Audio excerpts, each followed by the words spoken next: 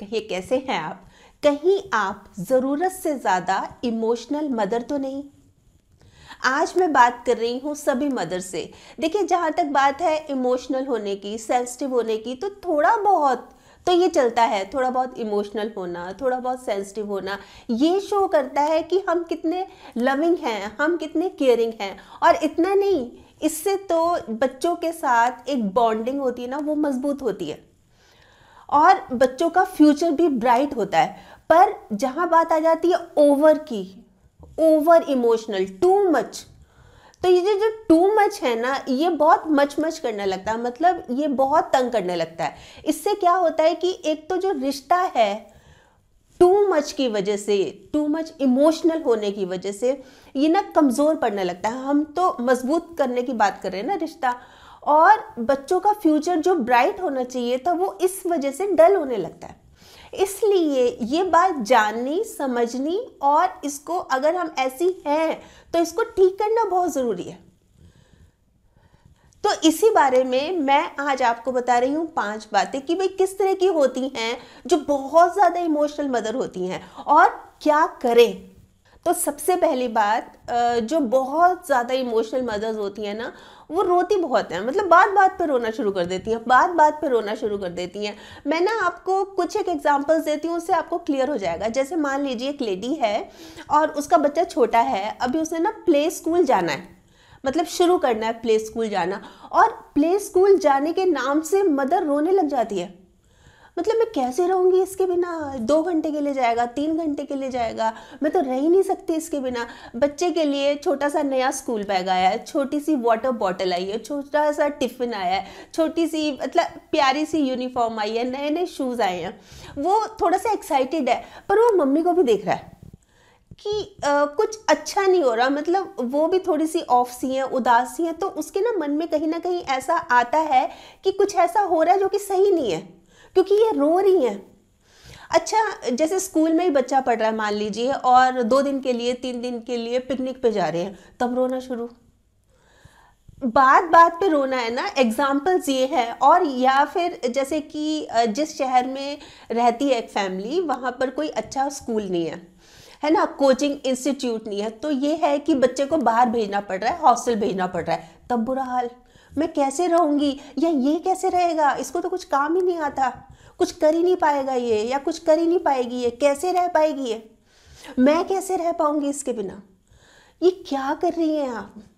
मतलब इतनी इमोशनल, आप तो बच्चे को मेंटली वीक बना रही हैं। आपको तो ना मतलब खुद स्ट्रांग होकर, खुद मजबूत होकर बच्चे को कॉन्फिडेंट बनाना है।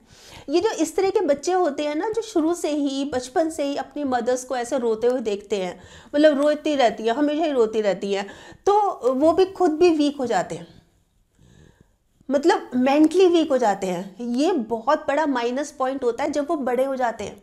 देखिए, कोई भी मदर ये नहीं चाहेगी कि बच्चा उसका दब्बू बने, कमज़ोर बने, चाहेगी कोई?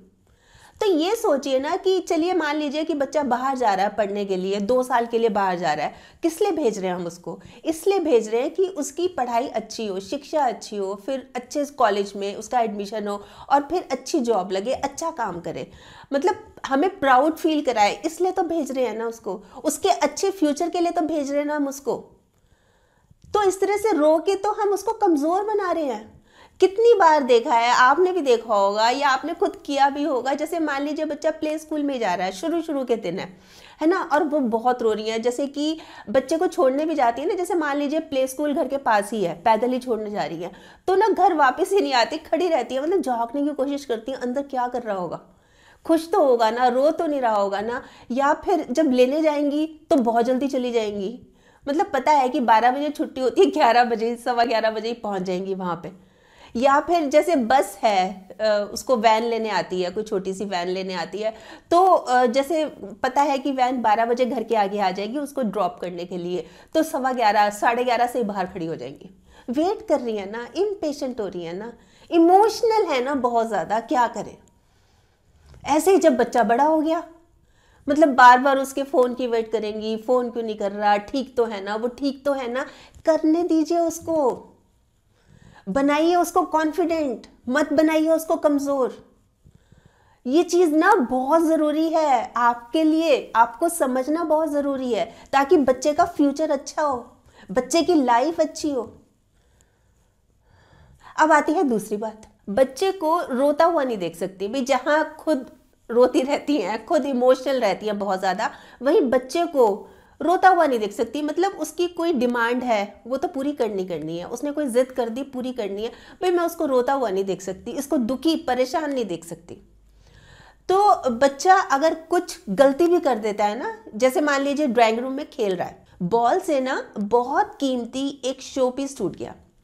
अब पता है कि शाम को जब बच्चे के पापा आएंगे बहुत गुस्सा करेंगे, बहुत डांटेंगे, तो मदर क्या कर रही हैं, अपने ऊपर इल्ज़ाम ले लिया, भाई मैं डस्टिंग कर रही थी, मेरे हाथ से छूट के गिर गया। या बच्चा चोरी कर रहा है, पता लग गया कि बच्चे के पास 500 रुपये मिले हैं, तो मदर क्या कह रही है, उसको शील्ड कर रही है ना, उसको बचा रही है ना, अरे नहीं नहीं इसकी गलती नहीं, तो अरे मैंने दिए थे, इसने मांगे थे मुझसे, बुक्स लेनी थी इसको। या बच्चा झूठ बोल रहा है, किसी को वो पीट के आया है, पिटाई करके आया और घर आके झूठ ये बोल रहा है कि किसी और लड़के ने उसको पीट दिया, तो पहुंच जाती है उसके पास कि तुमने पीटा होगा। मतलब अपने बच्चे के ऊपर पूरा विश्वास कि इसने तो, ये तो झूठ बोल ही नहीं सकता ना भाई, दूसरे बच्चे ने इसको पीटा होगा, जबकि बात क्या है कि अपना बच्चा पीट के आया किसी को। या बच्चा बहुत मिसबिहेव करने लगा है, मतलब बहुत रूडली बात करता है, वो देखता ही नहीं है मम्मी से बात कर रहा हूँ किस तरह से कर रहा है, तो भी कोई बात नहीं, बच्चा है समझ जाएगा, अभी समझ ही कहाँ है, अभी तो छोटा है, अभी तो बच्चा है। तो इस तरह से जब बात बात पर हम शील्ड करेंगे ना, उसका सपोर्ट करेंगे, उसकी लाइफ, उसका फ्यूचर हम खराब कर रहे हैं अपने ही हाथों, फिर रुकेगा नहीं वो। जब उसको पता है कि मैं कुछ भी गलती कर रहा हूँ, कोई भी बात कर रहा हूँ, तो मम्मी की सपोर्ट मिल रही है, कोई दिक्कत ही नहीं है, तो वो आगे करेगा। अभी तो छोटी कर रहा है, अभी तो घर के 4 दीवारी के अंदर कर रहा है, फिर बाहर भी करेगा गलतियां। कहाँ तक समझाएंगी उसको, कहाँ तक रोकेंगी? तो अभी से ही थोड़ा सा ना अपने इमोशंस पर कंट्रोल करके उसको समझाइए, सही गलत का बताइए, बहुत ज़रूरी है ये आपके लिए। अब आती है तीसरी बात, हमेशा कॉन्शियस रहती हैं कि मैं जो कर रही हूँ बच्चे के लिए ठीक तो कर रही हूँ ना, मतलब कुछ गलत तो नहीं कर रही, इनकी परवरिश में कोई कहीं कमी तो नहीं रह गई। मतलब हमेशा ना खुद को गिल्टी गिल्टी फील करेंगी कि कहीं कुछ गड़बड़ है, कहीं कुछ ठीक नहीं है। अब जैसे कि एक लेडी है मदर, वो जॉब करती हैं, तो उनको मन ही मन ये बहुत ज़्यादा फील होता है कि मैं तो काम करती हूँ, मैं बच्चे को टाइम नहीं दे सकती। मतलब इवन जब ऑफिस का काम घर पे भी ले आती हूँ, वहाँ पर भी बिजी रहती हूँ। और मदर्स होती हैं बच्चों को तो पार्क में लेके जाती हैं, और मदर्स होती हैं बच्चों के साथ खेल खेलती हैं, मैं तो कुछ भी नहीं करती। मतलब अपने आप को ना गिल्टी फील करती हूँ, कोसती रहती है ऐसे जैसे एक हाउस वाइफ ही है मान लीजिए, तो उनकी जॉइंट फैमिली है, इतना काम रहता है, इतना काम रहता है, वो नहीं टाइम दे पाती बच्चे को, तो उसको महसूस होता रहता है कि टाइम नहीं दे पाती, टाइम नहीं दे पाती।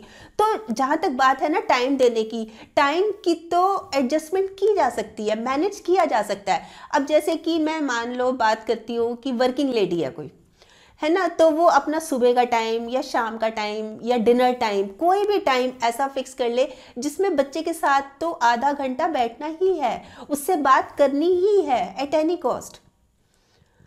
देखिए सबसे पहले तो ना ये मन से गिल्ट निकाल दीजिए कि मैं तो काम करती हूँ, मैं बच्चे को टाइम नहीं दे सकती। ये चीज़ बहुत ज़्यादा पिंच करती है ना आपको। भाई आप जॉब किस लिए कर रही हैं? इसलिए कर रही है ना ताकि फैमिली की अच्छी सपोर्ट बने आप, है ना, और बच्चों को सारी फैसिलिटीज़ दें, बच्चे की एजुकेशन हो, अच्छे स्कूल में उसका दाखिला हो, तभी तो आप भी जॉब कर रही है ना। तो उसमें कोई दिक्कत थोड़ी ना है, अच्छी बात है। ये चीज़ें जब बच्चे देखते हैं तो उनकी लाइफ पे भी अलग ही असर होता है। मतलब मम्मी वर्किंग है, मम्मी काम करनी है, तो वो भी सोचते हैं कि हम भी ऐसे करेंगे। तो इस चीज़ से बाहर निकल जाइए कि आप कुछ गलत कर रही हैं। हाँ, ये बहुत ज़्यादा ज़रूरी है कि बच्चे के साथ टाइम स्पेंड करना है, उसकी फीलिंग्स को समझना है, उसके साथ बैठना है। तो उसमें आप ऐसा कर सकती हैं कि कोई भी दिन का टाइम जो भी आपको सूट कर रहा है, या तो इवनिंग टी का टाइम कर रहा है या रात को डिनर टाइम कर रहा है, उस समय आप टाइम स्पेंड कीजिए। या फिर एक चीज़ और कर सकती है कि जैसे सैटरडे संडे ऑफ रहते हैं तो उसमें बिल्कुल टाइम स्पेंड कीजिए। मतलब ये तो करिए ही करिए कि भाई ये आपके लिए है, इस दिन no mobile, no office work, कुछ नहीं है, सिर्फ आप और हम, बस। बहुत फ़र्क पड़ता है, बहुत फ़र्क पड़ता है। और ये जो गिल्ट है ना, ये मन से तो निकाल ही दीजिए। आप बहुत अच्छी मदर हैं, आप बहुत अच्छा कर रही हैं, मान के चलिए ये। अब आती है चौथी बात, बच्चे को लेकर वरिड बहुत रहती हैं, चिंतित बहुत रहती हैं, भाई वो ठीक तो होगा ना। जैसे मान लीजिए स्कूल गया हुआ है ना, तो स्कूल बस आराम से मिल गई होगी ना, स्कूल बस में बैठ गया होगा ना, या उसको सीट तो मिल गई होगी ना, कहीं ऐसा तो नहीं है कि खड़ा खड़ा गया हो, या फिर जैसे स्कूल में टिफ़िन तो खा लिया होगा ना, ऐसा तो नहीं है कि टिफ़िन छोड़ दिया हो। सारा दिन बच्चे के ऊपर दिमाग घूमता रहता है। या जैसे बच्चा मान लीजिए साइकिल पे गया है ना, तो साइकिल पे गया है भाई, रोड पे ज़्यादा ट्रैफिक तो नहीं मिला होगा, रश तो नहीं मिला होगा, रोड आराम से क्रॉस कर ली होगी ना, मतलब मन में इस तरह के हमेशा नेगेटिव नेगेटिव थॉट्स आना कि सब ठीक हो। या दोस्त के घर गया है खेलने के लिए, ठीक है, और बोल के गया है कि मैं 1 घंटे बाद आऊँगा, तो आधे घंटे बाद से आपको टेंशन होनी शुरू हो जाती है, क्या हो गया, खेल रहा है क्या, आया क्यों नहीं अभी तक, बार बार उसका मोबाइल चेक कर रही हैं, मतलब उसका लास्ट सीन चेक कर रही हैं, फिर उसको फ़ोन कर रही हैं, हाँ कितनी देर में आ रहे हो, कितनी देर में आ रहे हो। वो बोल रहा है 1 घंटा बोल के गया था, अभी आधा घंटा ही हुआ है, मैं 1 घंटे बाद आ जाऊँगा। वो बोल रहा है, वो समझा रहा है, नहीं समझ आ रहा कितनी देर में आ रहे हो, कितनी देर में आ रहे हो। इससे क्या होता है कि जो फ्रेंड सर्कल है ना, वो भी सोचता है, मतलब बच्चा तो सोच ही रहा है, बच्चा तो दुखी है ही है, फ्रेंड सर्कल भी सोचता है अरे कमाल हो गई, ये क्या मतलब है, खेलने भी नहीं दे रही आंटी, तो बार बार फ़ोन करती हैं। ये ना फिर इस तरह से ना ममाज बॉय हो जाता है, मतलब हर एक चीज़ में मम्मी की इंटरफेरेंस, हर एक चीज़ में। अरे इंडिपेंडेंट बनने दीजिए उसको बहुत ज़्यादा डिपेंडेंट मत बनाइए, करने दीजिए, आपका बेटा है, बहुत अच्छे से करेगा, डोंट वरी, मत कीजिए चिंता। उसको देखिए किस तरह से चीज़ों को टैकल कर रहा है, कहाँ बार बार पूछ के ना, मतलब उसको इस तरह से कर रहे हैं कि मैं अकेला तो कुछ काम कर ही नहीं सकता, ये फीलिंग डाल रहे हैं आप उसके मन में, मैं कुछ नहीं कर सकता, हर बात को मम्मी से पूछना ज़रूरी है। मैं दोस्त के घर पहुंच गया, अब मैं उसके घर में खेल रहा हूँ, अब मैं निकलने वाला हूँ, अब मैं ये कर रहा हूँ, अब मैं वो कर रहा हूँ, हर एक चीज़ मम्मी से पूछनी है, बिना मम्मी से पूछे कुछ नहीं करना। फिर बड़े होके जो उसको ठप्पा लगता है ना ममाज बॉय का, वो बहुत पिंचिंग होता है। स्पेस दीजिए उसे, विश्वास रखिए उसके ऊपर, कुछ गलत नहीं करेगा, सब ठीक करेगा। एक बार उसको छोड़ के तो देखिए ना खुला, क्या करता है, किस तरह से करता है, सिचुएशंस को किस तरह से हैंडल करता है। अब आती है 5वीं बात, बहुत केयरिंग है ना, इसलिए लगता है कि सारा काम हम खुद ही करें, बच्चों को कोई काम ना करने दें, बच्चे के ऊपर कोई जिम्मेदारी नहीं, छोटा बच्चा है कैसे काम करेगा, मतलब ये फीलिंग रहती है। ओवर केयरिंग है ना हम, मतलब बच्चे से काम नहीं। तो जैसे स्कूल से आ रहा है बच्चा, है ना, रूम एकदम साफ सुथरा है, अब क्या हुआ है, एक तरफ स्कूल बैग, एक तरफ वाटर बॉटल, एक तरफ शूज़, एक तरफ सॉक्स, एक तरफ टाई, अलमारी खोल दी, अलमारी से कपड़े निकाल के बिखेरे हुए हैं, पर उनको कुछ नहीं कह रही। बच्चे हैं ऐसे तो करते ही हैं। या फिर जैसे खाना खा रहे हैं, बेड पे खाना खा रहे हैं, दाल चावल गिरे हुए हैं, बेडशीट गंदी हो रही है, या टेबल पे खा रहे हैं पर टेबल पे प्लेट्स है ना, टेबल पे रखी रह गई, उनको किचन में नहीं रखा, कहा नहीं ना उनको, बच्चे हैं क्या काम करेंगे, स्कूल गए थे अभी तक हार के आए हैं, इनसे क्या बोलूँ कि प्लेट उठा के रख दो, ये काम तो मैं खुद ही कर सकती हूँ। या जैसे खेलने गए हैं बाहर और गेट खुला छोड़ गए, अंदर गाय भी आ गई, अंदर डॉगी भी आ गए, घर सारा वो ग्रीनरी सारी खराब कर गए, नहीं कह रहे उनको, पर कह नहीं रही उनको। या फिर जैसे कि कमरे में ही है, एक कमरे से दूसरे कमरे, या कहीं बाहर हैं, बाहर अपने दोस्त से बात कर रहे हैं, लाइटें जली हुई हैं, टीवी चल रहा है, खुद जाके बंद कर रही हैं। आपको पता है आपको कितना काम रहता है, घर पे रहता है ना, कितना काम, सारा दिन बिजी। अगर थोड़ी सी हेल्प इस काम की मिल जाए, भाई इतना ही तो बोलना है कि अपनी प्लेट रख दो, इतना ही तो बोलना है अपना कमरा ठीक कर लो, इतना ही तो बोलना है जब खेलने जाओ गेट बंद कर देना। ये छोटे छोटे काम ही बहुत ज़्यादा थका देते हैं। अगर इनमें ही हेल्प ले लेंगे, मैं बड़े बड़े तो बोल ही नहीं रही क्योंकि बड़े बड़े आपने करवाने भी नहीं, छोटे छोटे कामों की हेल्प ले लेंगी तो आपको ही आराम मिलेगा। आप मुझे ये बताइए, क्या आपको आराम नहीं चाहिए? मतलब थोड़ी देर आप क्या रेस्ट करना नहीं चाहती है ना? तो अगर थोड़े थोड़े कामों की हेल्प बच्चों से भी ले लेंगी तो कोई प्रॉब्लम आ जाएगी क्या? अच्छा ही रहेगा ना, आपके लिए अच्छा रहेगा, फिर बच्चों के लिए भी अच्छा रहेगा, बच्चे भी जिम्मेदार बनेंगे, अपनी रिस्पॉन्सिबिलिटी समझेंगे।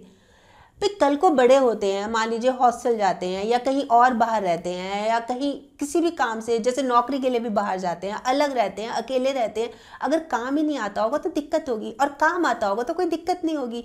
तो ये चीज़ आपके लिए भी अच्छी है, भी आपको भी थोड़ा रेस्ट मिल रहा है। देखिए, बच्चों की परवाह करनी गलत नहीं है, अच्छी बात है कि आप बहुत केयरिंग हैं, पर अपने आप को भी तो नेग्लेक्ट करना सही नहीं है ना, कि अपने से ऊपर होकर, मतलब इतनी आप ओवर केयरिंग हैं, इतना ख्याल रखती हैं कि अपने से ऊपर होकर काम कर रही हैं, अपने शरीर का ध्यान ना देकर दूसरों का ख्याल रख रही हैं। तो ये चीज़ भी गलत है ना। आप अपना ख्याल नहीं रखेंगी, आप खुद बीमार हो जाएंगी, आपकी तबीयत खराब हो जाएगी, तो क्या होगा फिर घर का? फिर तो सारा ही घर डिस्टर्ब हो जाएगा ना। तो ज़रूरी क्या है, अपना ख्याल रखें। अपना ख्याल रखने के लिए क्या ज़रूरी है कि अपनी थोड़ी थोड़ी जिम्मेदारियां बांट दें, काम को बांट दें कि हाँ मिलके करेंगे, घर हमारा है, मिलके काम करेंगे, छोटा छोटा काम कर दो बस। आपको भी रेस्ट मिलेगा, बच्चे भी जिम्मेदार बनेंगे, बच्चे भी समझदार बनेंगे। तो देखिए, ये तो थी कुछ बातें, और ये वो बातें हैं जो बिल्कुल हमारी इमीडिएट लाइफ में होती हैं और होती ही रहती हैं, और जो कि बहुत ज़्यादा इफेक्ट भी करती हैं, नेगेटिव असर डालती हैं। इसलिए ये 5 बातें मैंने उठाई हैं।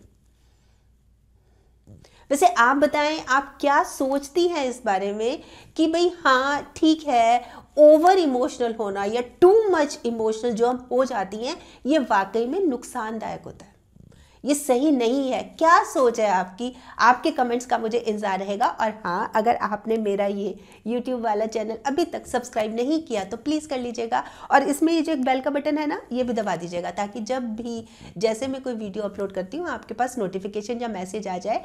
और अगर आपको ये वीडियो अच्छी लगी तो प्लीज़ आप इसको शेयर भी ज़रूर कर लीजिएगा। ठीक, बाय।